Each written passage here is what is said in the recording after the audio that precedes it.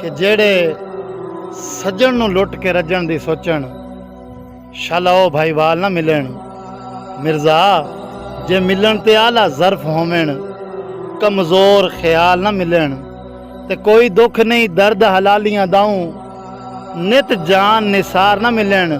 ओ चंगे सज्जन दा मन तू नहीं लांदे, भावें 5-5 साल ना मिलन। मेरे बहुत प्यारे भाई विक्की फ्राम संगरूर जनाब दे बेफा दोस्ती ने दौड़ा कि एडा डरदा सै बदनामियां तो, फिर पहले हाँ ना करनी ते ना ही दावे करने लजपालियां दे, उच्ची फखर तू बां ना करनी। ते तू विक्की नू अजमायता हा, ओए उन्हें जिंद तेरे ना करनी। ओए तू धोखा दिता है, कदी जहर भी देंदा, विक्की ने कसम है ना करनी। और जी मैं बिस्मिल्लाह करा जनाब मेरे सोने तो शहजादे वीर जोत फ्राम संगरूर जनाब जी नजर दौड़ा कि दोस्ती डोर पतंग दी नहीं, जदों दिल किया उदों तरोड़ दिती, जदों रूह रज्जिया मुख मोड़ लिया, जदा गर्ज बनी वत जोड़ दिती। ना जोत भाई ये तो मंगदी है सिर अजमैशां विच, तारीख करोड़ मिसाल दिती। कई सजना मगर मरी गए थे, कई भीड़ दे विच बांह छोड़ दिती।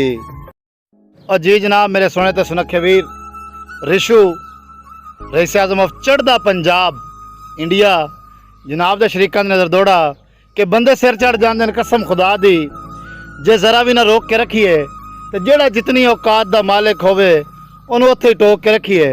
तो रिशु वीरे कोई दौर नहीं यार शराफत दा, बस लगदे ठोक के रखिए।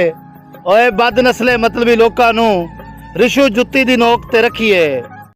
जनाब मेरे बहुत प्यारे भाई लाडी गुज्जर रईस आज़म ऑफ बिहाड़ी जनाब दी नज़र कि मिठा ज़ार है जिन्हों प्यारा दिन बोल कोई नू पी के डिठा है, ते यादां दी सांग ते साह टंग के बड़ा अरसा जी के डिठा है। ते मैं तन मन धन कुर्बान किता है, कम अकल सदी के डिठा है। और लब्बा कुछ नहीं लाडी प्यार दे विच, लब्बा कुछ नहीं लाडी प्यार दे विच मैं आप लुटी के डिठा है।